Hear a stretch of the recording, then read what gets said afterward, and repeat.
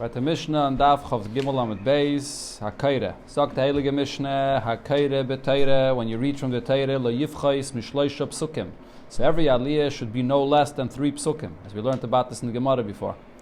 V'lo yikra l'metorgemin yaisem ipasek echad. And also when you read, and in those times, everything would be translated in Aramaic, so you should not do it more than 1 pasuk at a time. Just to mention again what I mentioned before already, today it's not our minhag to do this translation. And the Torah says the reason is because Aramaic is not the spoken language anymore. Are you going to say maybe we should translate it into English? So the Torah says you can try to translate it into English, but we don't know the accurate translation into Torah. Aramaic we know is Misina, it's an accurate translation. So when they spoke that language, they did that translation for the people. But to translate in any other language, we don't do that today. And maybe you have, in some Chabad houses, they do, like between aliyahs, they explain the story of the aliyah or what they just read. But the translation, the way it was done then, between every pasuk, that we can't do because we don't know for sure that our translation is b'chlal accurate. Continuing in the Mishnah, ubenavi shloisha. When you read from the Haftarah, so you could read 3 psukim at a time and translate.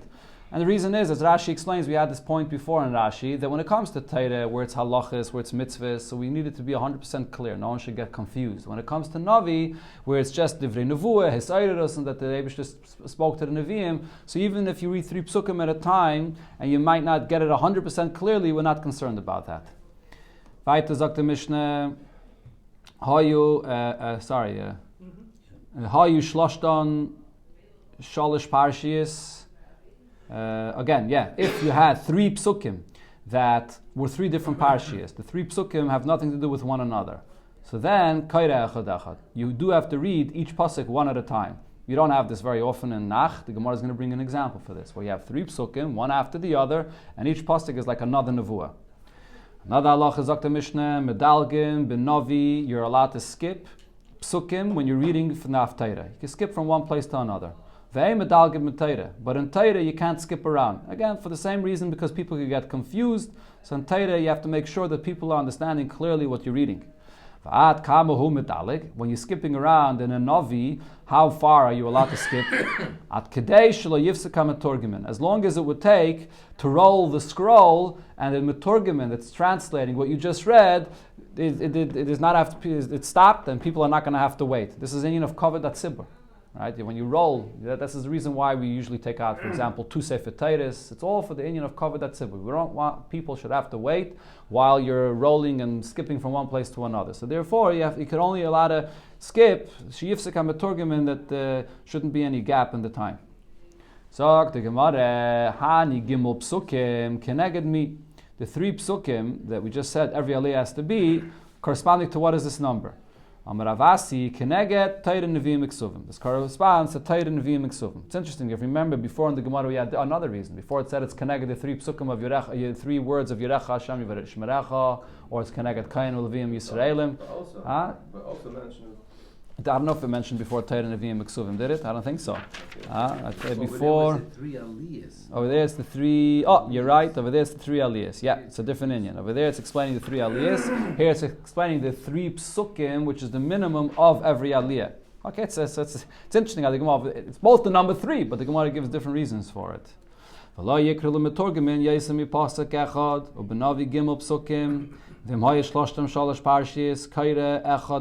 a quote from that we just learned in the Mishnah. So the Gemara is going to show you where do you find 3 psukim that are like 3 different parshas. And therefore you have to read each one separately and translate separately, even in Navi. This is a nevuah from the Eibush, and right away in the next pasuk, like a new nevuah. Next pasuk. And in the following pasuk, Fa'ata mali poi nu'um Hashem. So nu'um Hashem means that it's a new nevuah. So you have 3 psukim, one after the other in Yeshaya here, and it's 3 different nevuahs. So this has to be read, each one separately. It said in the Mishnah, medalgim b'navi ve'im medalgim b'teireh. That in Navi you can skip, but in Torah you don't skip. Frek Gemara, but we see it as a Mishnah that clearly says that you do skip. But I'll ask you a contradiction on this. On Yom Kippur, what do they read on Yom Kippur? This is in the Beis HaMikdash. So Kaira, and we do the same today by Kriyas HaTorah. So Kaira achrei mais, Do we do the Torah like Kriyas HaTorah? I'm not 100% sure actually. Okay, Akapanim, in the Beis HaMikdash, they would first read the parsha of Achrei Mais, which talks about all the Aveda in the Beis HaMikdash that they did, and then they skipped to Va'ach Ba'aser. They skipped to Parshas Emor, where it says about the mitzvah of Yom Kippur, B'chlal in general, that Ba'aser, you have to fast, and so on. So how could you skip? V'hakam Medalig, we just said in the Mishnah, you don't skip in the Torah. Amar Abaye, Abaye answers, Lo Kasher. There's no question here. Kam b'chdei sheyifsek hatorgeman. If you're skipping and the Torgeman, the translator, already stopped, so you can't skip that much, where you have to wait. Just to roll the Torah from Parshas Achrei to Parshas Emor, it's just a few Parshas later, and it's very easy to quickly roll it. So over there, because the Torgeman didn't stop, you're allowed to skip. So this has been a get to the Torah, right? But for the Gemara, wait a minute, what did it say in the Mishnah? In the Mishnah it said, that only in Navi are you allowed to skip, and you're not allowed to skip in the Torah. And then the Mishnah said, regarding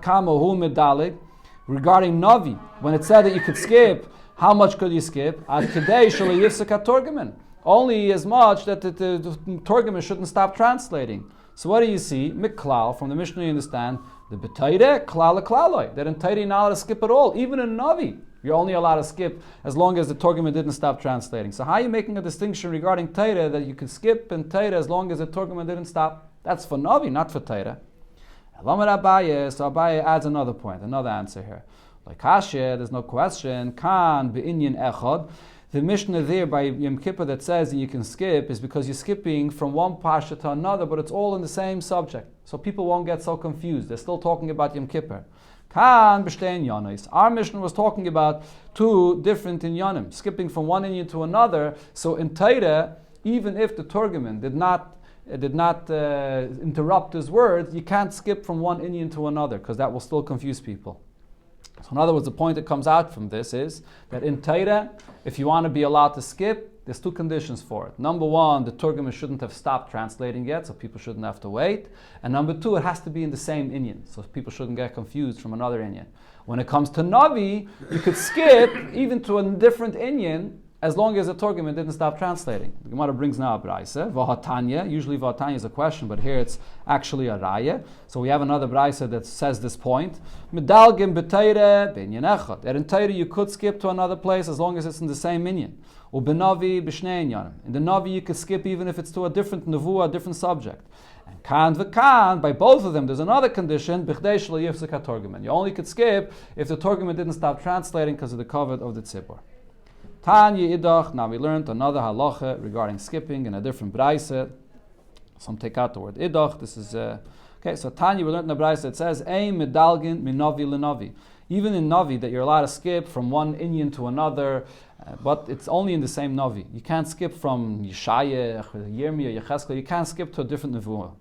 Or B'Navi Shoshnei Masa, then you have one sefer where they put together 12 of the Nevi'im that's very short, and they put it together in one sefer. Medalik, so over there, it's not considered that you're skipping from one Navi to another. You have a Shnei Masa, Yoel, Amos, Zechariah, a lot of the Nevi'im. It's all considered to be one thing. But a Bulvat Shala Yedalik Misayif HaSefer L'Tchilasai. But when you're skipping, you're not allowed to skip going from the end front. You can skip going forward, but you shouldn't skip from the back going forward. The person that says the mafter by the Navi. So Rashi says it doesn't mean the person that actually read the Haftarah. It means the person that usually reads the Haftarah. Who Pairis al Shema? He's also the one that when it comes to be Pairis al Shema, he's the one that does it. What is Pairis al Shema? So we had this before already. If you have people that were late to the minyan and they want to just have a Kaddish and Baruch and say the first bracha of Yetzirah, so that's called Pairis al Shema. So you can get together 10 people and do that. Who's going to be the one, the Shliach Tzibur for that? The person that says the Haftarah. Or he didn't say the Haftarah yet, because the Haftarah is going to be read later in the afterwards by Kriyas HaTorah. But the person that usually is called up to read the Haftarah, he's the one that gets the honor to also be Pairis al Shema. The Gemara will explain why. And also, he's also the one that davens for the Yamud. He's the Shliach Tzibur for the davening. And also, V'hu Naisa Eskapov. He also will do the Birchas Kainim. Now, this line of the Mishnah about doing Birchas Kainim seems to be extra, or it doesn't really belong here. And some take it out, because if he's a Kayan, then obviously he has to do Birchas Kainim. If he's not a Kain, he doesn't do Birchas Kainim. So what is it saying? Because he read from the Haftarah, so therefore he does Birchas Kainim. He has a Kain, he has to do Birchas Kainim. So the Mefarshim say that it's only broader because of the continuation of the Mishnah. Where the Mishnah is going to be relevant, Birchas Kainim. But over here it's really not relevant, this. Now, V'himaya Katan. If the one that usually reads the Haftarah is a Katan. As we said before, a Katan could also get an Aliyah, and he could also read from the Haftarah. So then, so the Katan cannot daven for the Yamud. So therefore, his father or his teacher are the ones that get the honor to go and daven for the Yamud because of him. Now the Mishnah says, Katan kaire b'Torah u'metargim. A Katan is allowed to read from the Torah, and also he's allowed to do the translation. So that is allowed for Katan to do for the Tzibur. Aval einim mipayris al Shema. He cannot daven for the Yamud when you would do the Kaddish and the Baruch, which is Payris al Shema. Ve'einu oiver lifnei ateva, and b'chlal he doesn't daven for the Yamud. And also ve'einu noises kapov. A Kayin that's a Katan does not do Birchas Kainim. So the Paiskim say what this refers to is if he wants to do Birchas Kainim all by himself without any gadol with him. But of course today, a Katan, which goes together with his father, you're a Kayin, right? So the minig is for Chinuch, the Tana, the children go together with the father to do Birchas Kainim, to be mechanach them. Another halacha the Mishnah says, when you get to davening for the Yamud and so on, Peicheyach. So there's machlokes say what Peicheyach means. Rashi says Peicheyach is a person that's basically wearing shorts. His feet, his knees are uncovered, so he's not sneezdik. Taisus' pshat is, Peicheyach is a person that's wearing torn clothing. So Peiris as Shema, he's allowed to daven for the Yamud, to be Peiris as Shema. That's what the Chayret refers to B'chlal davening for the Yamud. And with Targim, he's also allowed to be the one that translates what's being read from the Torah. He can't be the Baal Kaira reading from the Torah because that's not kovedik to stand by the Torah dressed in such a way. It says over here, he's not allowed to be the Shliach Tzibur. Right? So again, he only is allowed to be Peiris as Shema, which is not the main Shliach Tzibur of the minyan. That's for the people that came late. But to be the Shliach Tzibur davening for the minyan, he's not allowed. And ve'ein enoi says kapov. Again, if he's not dressed properly, he's not allowed to do Birchas Kainim. Suma, person that's blind, Peiris as Shema. He's allowed to be Peiris as Shema. What's the chiddush of this? Suma is a person that can't see. So what's the first bracha of Kriya Shema? It finishes off with Baruch Atah Hashem, Yaitzer HaMa'aris, that the Eibishter created the luminaries. You're thanking the Eibishter for light. Person that's blind, how can he say that bracha? So therefore the Mishnah says that a Suma could be Peiris as Shema, that he could make that bracha. And the Gemara will explain why. Metargim, and he could also be the one to be Metargim the Torah. Rabbi Yehuda says, Kol Sheleira Ma'aris Miyama, of someone that never saw any light, meaning someone that was born blind, not someone that became blind at a later point, Ein a Peiris al Shema, so he can't say the Kaddish, the Baruch Hu, and the first bracha with Yaitza Ma'aris. He's no benefit from the light b'chlal. Taisus over here points out that the Emes says Rabbi Yehuda's opinion is that a Suma is potter of mitzvahs. So why does it say in our Mishnah only a Suma that never saw light in his lifetime? How about a person that became blind, so now he becomes potter of mitzvahs? So how can he make the bracha? So Taisus says that it always says that a Suma is potter of minah mitzvahs is minah Torah. But midrabanan, even a Suma could make a bracha and it could do mitzvahs. So therefore, he would be able to make the bracha. But if he was always blind, he never had any benefit from the light, so then he can't make the bracha, Yaitzer HaMa'aris. Okay, the Gemara starts with the first halacha of the Mishnah. What did it say?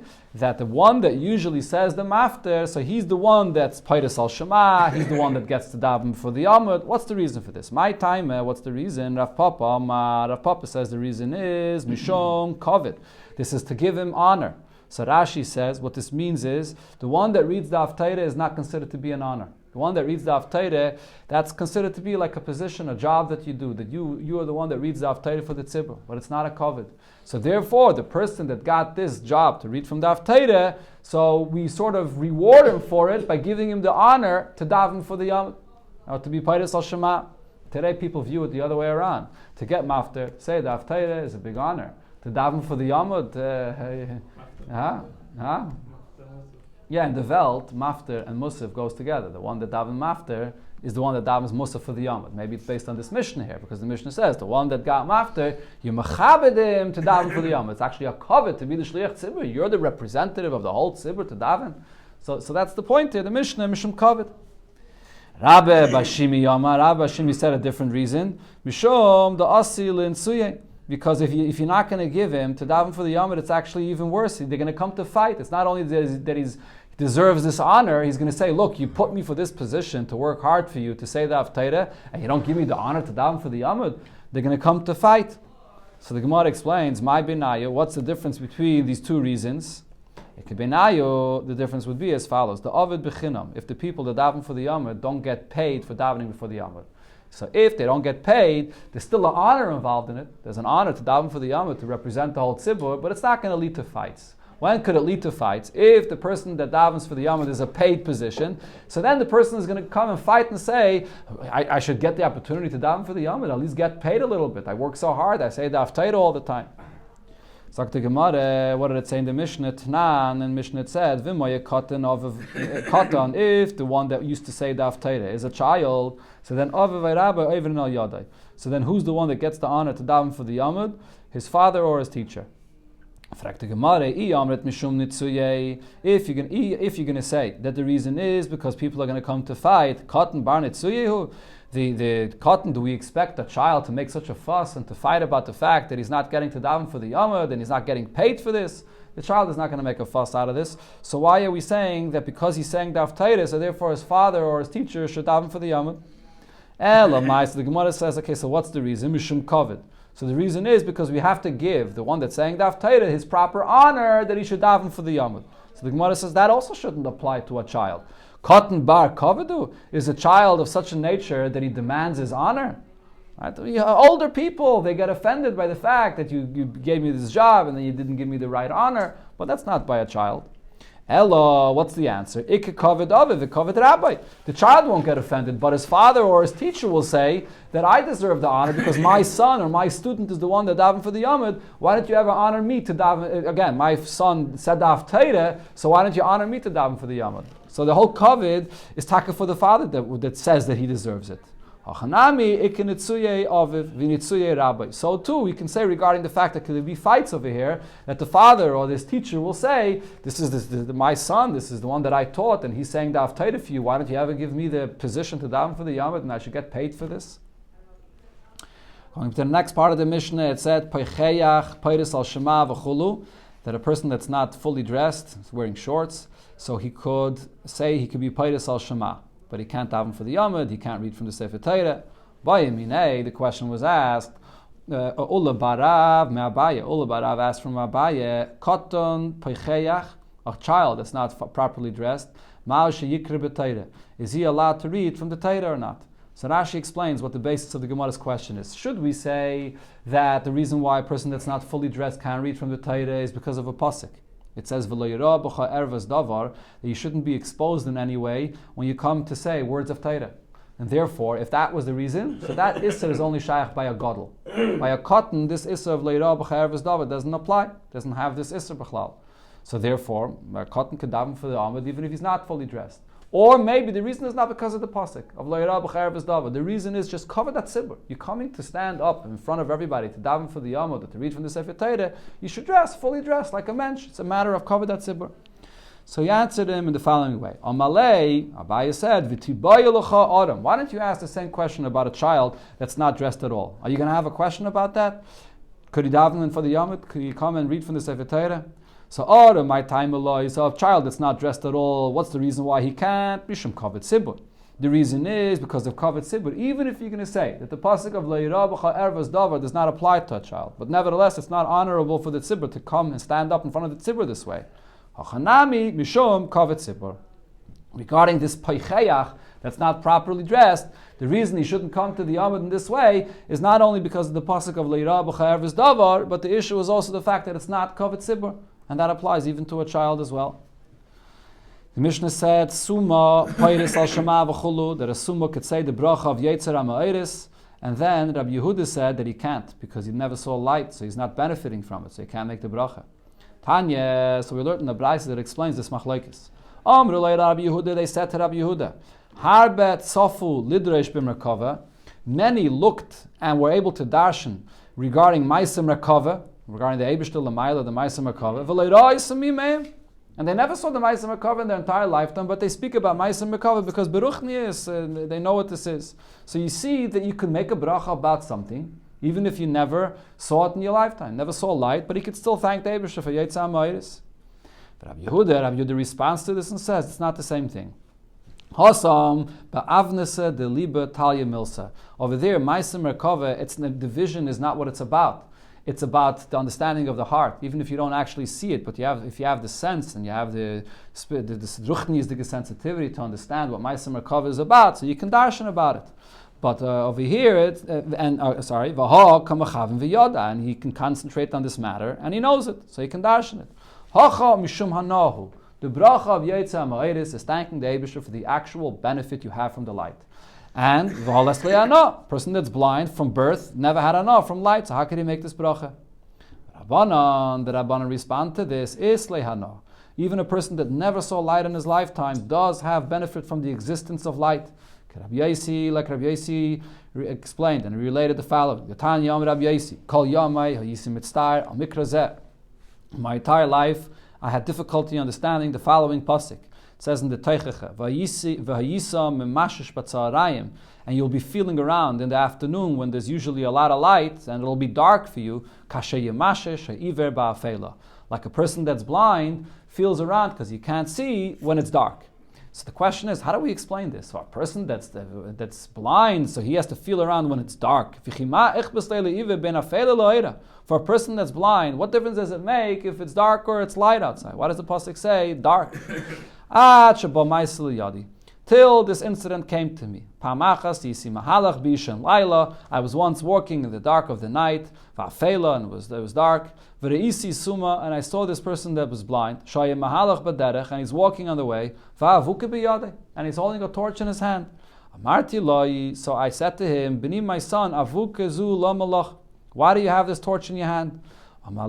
So he answered me, as long as I'm holding a torch, so b'nei adam I see other people walking in the street can see me, I see, and then they will help me. They'll save me from any puddles, or from any thorns and thistles, things that I could bump into. If I'm going to walk in total darkness, other people won't notice me to help me that I shouldn't bump into things. Comes out, even a person that's blind also benefits from the light, that other people could help him through this light. Maybe he was blind also, no? Rabbi Yosi? Was Rabbi Yosi blind or Rabbi Yosef? Rabbi Yosef was the one that was blind. I don't think Rabbi Yosi was blind.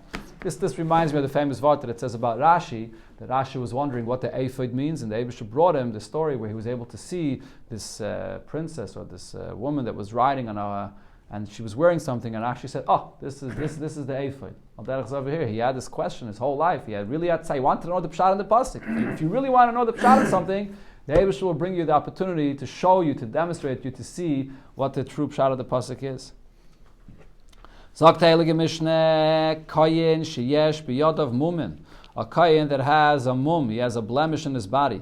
La yisa is kapov, he shouldn't get up there to do the birchas kayinim, and the reason is because it attracts attention of people to look at him. And Rashi here brings the Gemara and Chagiga that says that one that looks at kayinim at the time of birchas kayinim, it can bring you to your eyes to be dimmed because the Shekhinah dwells there when the Kainim bench Birchas Kainim, so you're not allowed to look at the Kainim when they bench Birchas Kainim. Taisvis actually says, not over here, but in Chagiga there, Taisvis says that Gemara there is only in the time of the Beis HaMikdash when they actually pronounced the Shem HaMefeirish. That's the main time when there was actually Mamash HaSakana to look at Kainim. But even today, it's still you're not supposed to look at the kainim when they bench birchas kainim. So therefore, a kain that has a mum and he attracts people to look at him should not bench birchas kainim. So we're talking about a mum that's exposed in a place, as we'll see in the Gemara, a place that will attract attention for people to look at him. Rabbi Yudah says, "Af mishay yad of tzvuos stis." If a kain has his hands that are painted with some red paint, so therefore also attracts attention. La yisa is kapov, you should not do birchas kain nisham istaklim by, because the people are going to go and look at him. Sagt the Gemara. So the ene von starke Vitamine is in the Kirche is laptop geht aber nur. I feel like in regular Kirche. Why? It's not something unusual. So people are not going to look at him.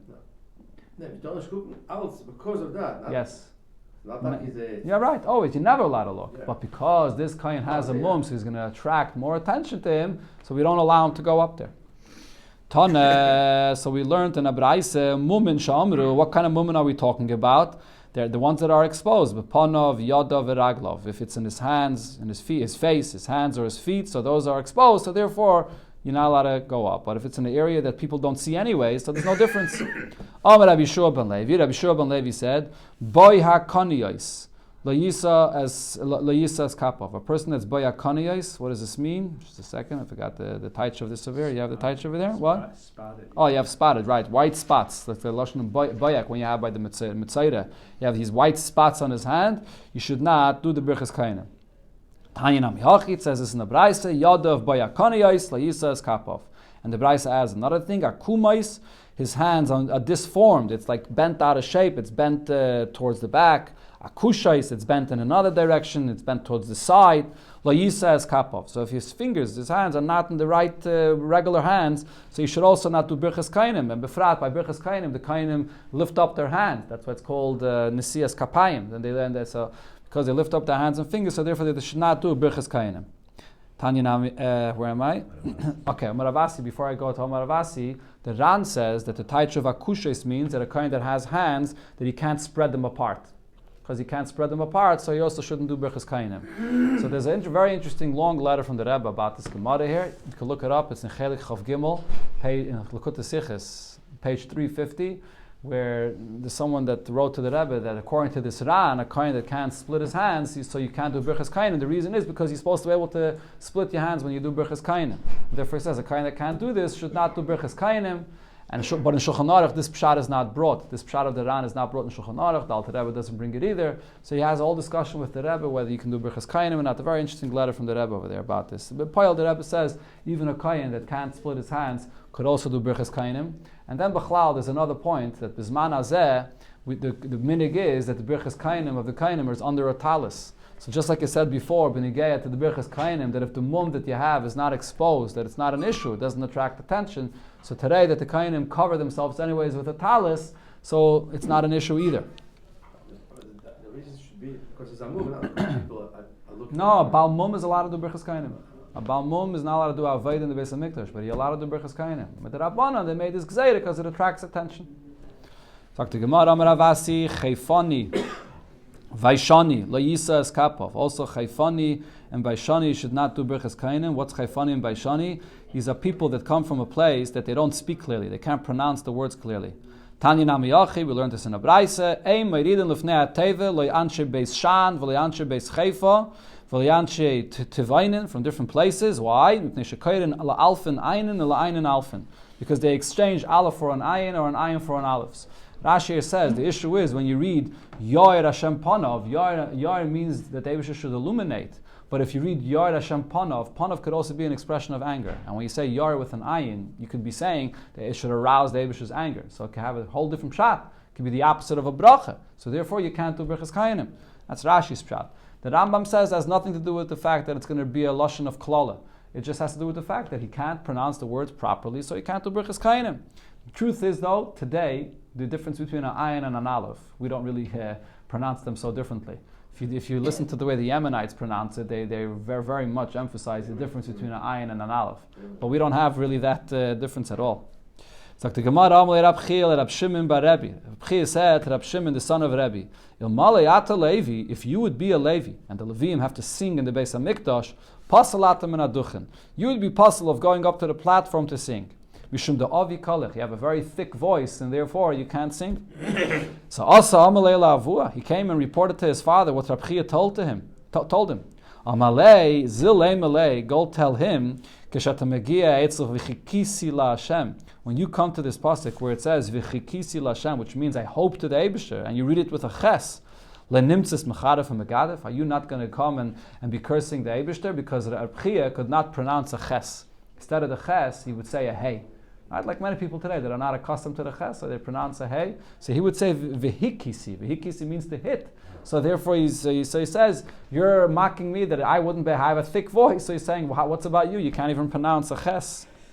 Interesting. I mean, this is talking about holy Tanaim over here. There's these kinds of conversations. It shouldn't be taken like, where we have these conversations. Amar Rav Huna said, Zav Lagan, which is a person that his eyes are always tearing. Lo Yisas Kapov should not do Birchas Kainim. Again, for the same reason. It attracts attention of people to look at him. There was this individual in the neighborhood of Ravuna, and he did do Birchas Kainim, even though his eyes were always tearing. So the Gemara answers, Ahu dosh b'irei. This isn't a person that everybody was already accustomed to this. Everybody knew him very well, so it didn't attract extra attention. Tanya Nami Hachi, this is what we learned in the Braisa. Zavlaga na Yisa Kapov, a person that is tearing should not do the Birchas Kainim, but v'mayadosh birei mutter. If everybody knows about this and is accustomed to it, it's allowed. Rabbi Yechanan said a similar thing. Suma ba'achas mi'einav, a person that's blind with one eye, la Yisa Kapov should not do Birchas Kainim. Also, it attracts attention for people to look at him. There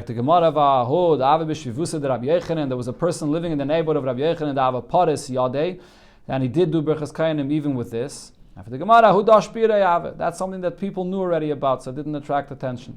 It says this in a Braisa,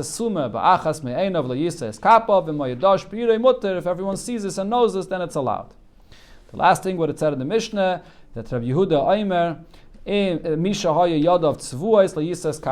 you have your hands are painted, so then you should not do Birchas Kainim.